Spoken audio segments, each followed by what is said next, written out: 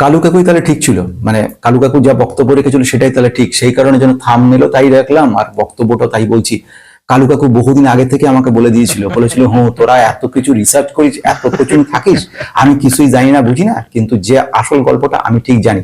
Trump বাবু আমার সঙ্গে অনেক মিল আছে আমার সঙ্গে, আমাকে বলে দিয়েছে যে আমি কবে তুলবো, কবে মার্কেট নেওয়াও, শুধু আমাকে ফলো করে যাবে, তাহলে লাখপতি কোটিপতি হয়ে যাওয়াটা শুধু সেকেন্ডের ব্যাপার। সত্যি ঘটনা তাই, মানে কালু কাকু ঠিকঠাক ছিল, কন্টিনিউ সেই যেটা দেখলাম মিস্টার ট্রাম্পকেই ফলো করে গেছে। ট্রাম্প মানে কি, ট্রাম্প বাবু নয়, ট্রাম্প বাবু কথার অর্থ হচ্ছে মিস্টার ডোনাল্ড ট্রাম্প, কথা বলছি ইউএস প্রেসিডেন্ট। উনি যা যা ভাবে এগোচ্ছেন পেছোচ্ছেন, ঠিক সেইভাবে আমাদের মার্কেটটাকে সেই বাদর নাচ খেলা বলে না, সেই বাদর নাচ খেলার ডুগডুগে নাচাচ্ছে না, সব মার্কেট উঠছে পড়ছে। কদিন আগেও ফেললেন, আজকে তুললেন, আবার ফেললেন, আবার তুললেন।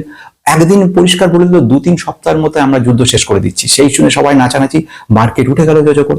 আবার দেখা গেলো পরের দিন বললো কিছুতেই বরদাস্ত করবো না, 48 ঘন্টা সময় দিচ্ছি, আলটিমেটাম, এর মধ্যে আমরা শেষ করে দেবো, সে প্রস্তর যুগে পাঠিয়ে দেবো, কোথাও কোনো মানুষ থাকবে, কোনো ব্রিজ থাকবে না, কোনো রেল লাইন থাকবে না। ইসরায়েলও ধমক দিল, হ্যাঁ রেল লাইন থেকে সাবধান আপনারা, ট্রেন কিন্তু নিয়ে বেরোবেন না, তাহলে সব শেষ হয়ে যাবে। একেবারে সাংঘাতিক ভয়ানক অবস্থা। সেই ভয়ে মানুষ দুরু দুরু বুকে যখন দাঁড়িয়ে আছে, হঠাৎ করে বলে দিল আগামী 2 সপ্তাহের জন্য যুদ্ধ বন্ধ। এটা না মনে হচ্ছে একটা মজার ব্যাপার, একটা খেলা চলছে, এবং সত্যিকারের বড় ঘটনা হলো এই মজাটার মধ্যে কিন্তু বহু লোক মরছে, আর বহু লোক এই কালু কাকুর মতো বেঁচে যাচ্ছে। এই যে কথাগুলো বললাম তার পরিপ্রেক্ষিতে যে ঘটনাটা রয়েছে সেটা হচ্ছে নিফটি। নিফটি মার্কেটে যদি একবার দেখতে পাবে আমাদের পাড়ার কালু কাকুর সঙ্গে একদম মিল। মার্কেটটাকে তুলছে আর মার্কেটটাকে ফেলছে। আজকে নিফটি মার্কেট 3% বেশি জাম্প করেছে। এই যে 3% বলছি না, মানে যদি আমি মানে বলি, নিফটি দেখতে পাচ্ছি 23,890, কোথায় ছিল 22,200, চলে গেছে 23,890। এখন সকাল বাজে 10টা 20। এই সময়ের মধ্যে দেখতে পাচ্ছি আমরা নিফটি জাম্প করে গেছে 23,890, সেন্সেক্স 77,200। আমরা নিফটি গিফট থেকেই কিছুটা আইডিয়া করতে পেরেছিলাম। ব্যাংক সবচেয়ে বেশি ইন্টারেস্টিং জায়গায় গেছে, 4% বেশি ব্যাংক কিন্তু জাম্প করেছে।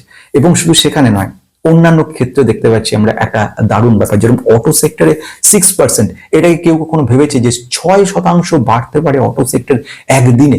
মানে এরকম ঘটনা হতে পারে যে তৃতীয় বিশ্বযুদ্ধ হতে গিয়ে হলো না, সেই জায়গায় যদি পৌঁছাতে পারে তবেই এরকম অবস্থা হয়। এটাকে কি বলবেন? এটাকে কি বলবেন না যে সবকিছু ম্যানিপুলেশন? এটা কি ম্যানিপুলেশন ছাড়া অন্য কিছু ভাবা যাচ্ছে? ভাবা যায় না। মনে হচ্ছে সবকিছু ম্যানিপুলেট করতে চলেছে, কাউকে পাইয়ে দিচ্ছে। গতকাল কিছু লোককে যখন 48 ঘন্টা সময় দিয়েছিল, সে সময় বহু লোক এন্ট্রি নিয়েছে অত ডাউন থেকে মার্কেট, এবং তারপরে আজকে তারা কিন্তু বিক্রি করা শুরু করে দেবে, প্রচুরভাবে বিক্রি করবে। তাহলে কি এরা ফরেন ইনস্টিটিউশনাল ইনভেস্টর?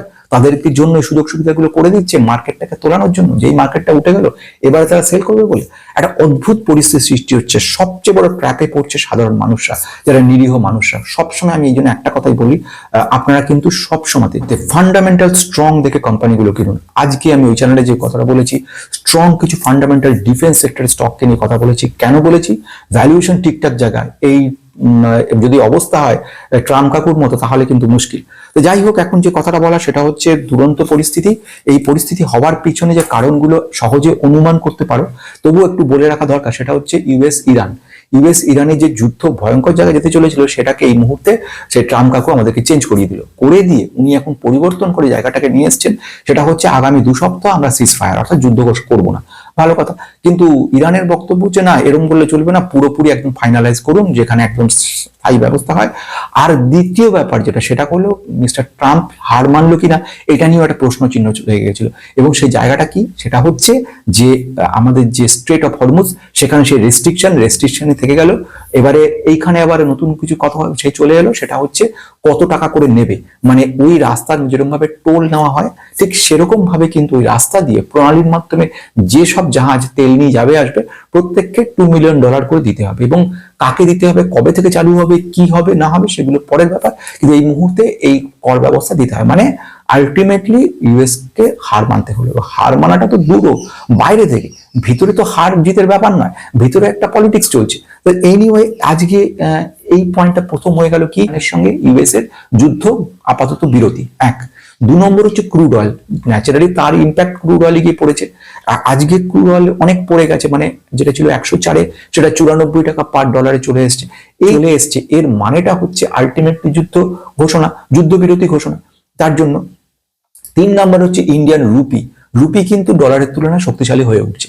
এইটার সঙ্গে কিন্তু যুদ্ধের ডাইরেক্টলি সম্পর্ক নেই, কারণ আমি আগের দিনও বলেছিলাম যে রিজার্ভ ব্যাংক অফ ইন্ডিয়া কিন্তু এ ব্যাপারে প্রচুরভাবে লিকুইডিটিকে আটকাচ্ছে। তারপরে টাকা নিয়ে মানে রুপি নিয়ে গ্যাম্বলিং হচ্ছে, রুপি বাড়বে কমবে এই নিয়ে বড় বড় ব্যাংকগুলোর হাত থেকে ক্ষমতা নিয়ে নিচ্ছে, নিয়ে ব্যাপারটাকে একটা রেস্ট্রিকশন জায়গায় নিয়ে আসছে, যার ফলে কিন্তু রুপিটা একটু স্ট্রং হচ্ছে এই জায়গাটা দেখতে পাচ্ছি। ফলে ফরেক্স রিজার্ভসটা আপাতত বলছি কিছুটার জন্য কিছুটা থেমেছে, এটা একটা পজিটিভ জায়গা দেখাচ্ছে আমাদেরকে। 4 নাম্বার পয়েন্ট যেটা বলবো সেটা হচ্ছে কিছু সেক্টরের মধ্যে পজিটিভিটি দেখা যাচ্ছে, যেমন রিয়েলিটি সেক্টরে আমরা একটা পজিটিভনেস দেখতে পেয়েছি, আমরা ব্যাংকিং সেক্টরে পজিটিভনেস। রিয়েলিটি সেক্টরে কেন পজিটিভনেস?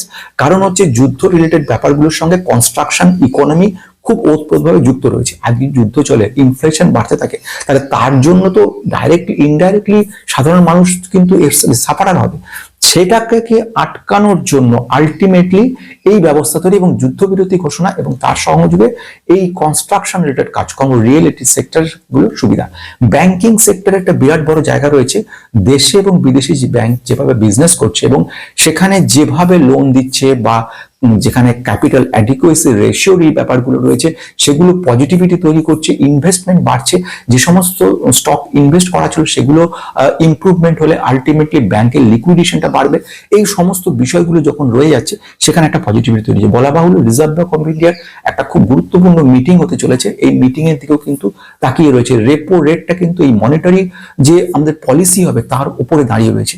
রেপো রেট যে এক্সপেকটেশন রয়েছে 5.25 রেপো রেট, এটাকেই রাখার চিন্তা ভাবনা করছে কি করছে না এর উপরে কিন্তু দাঁড়িয়ে রয়েছে। ফলে মার্কেট এই মুহূর্তে এই একটা ব্যাপারের দিকে নজর দিচ্ছে। তাহলে মোটামুটি একটা জায়গা আসা গেল। একটা ব্যাপার হচ্ছে কালু কাকু ঠিক ছিল, কালু কাকু তার হিসেব মতো আমাদেরকে বলেছিল বাবা এই সমস্ত ব্যাপার তোমরা কিছুই বোঝো না, এবং সত্যি সেই ঘটনাটা প্রমাণিত হয়েছিল। আমরা এত কিছু জেনে যখন কিছু জানি না এবং ভবিষ্যতে দেখা যাচ্ছে যে গোটা মার্কেটটাকে সেই মানে এদের মতো করে মানে বানর নাচানোর জন্য যখন ওঠাপড়া করছে তখন আমরা একটু দূরে থেকে অবজার্ভ করাটা বেটার বলে মনে করে নিচ্ছি। তো এই মুহূর্তে আমি যেটা বলতে পারি সেটা হচ্ছে ফান্ডামেন্টাল স্ট্রং স্টকগুলো নজর দাও।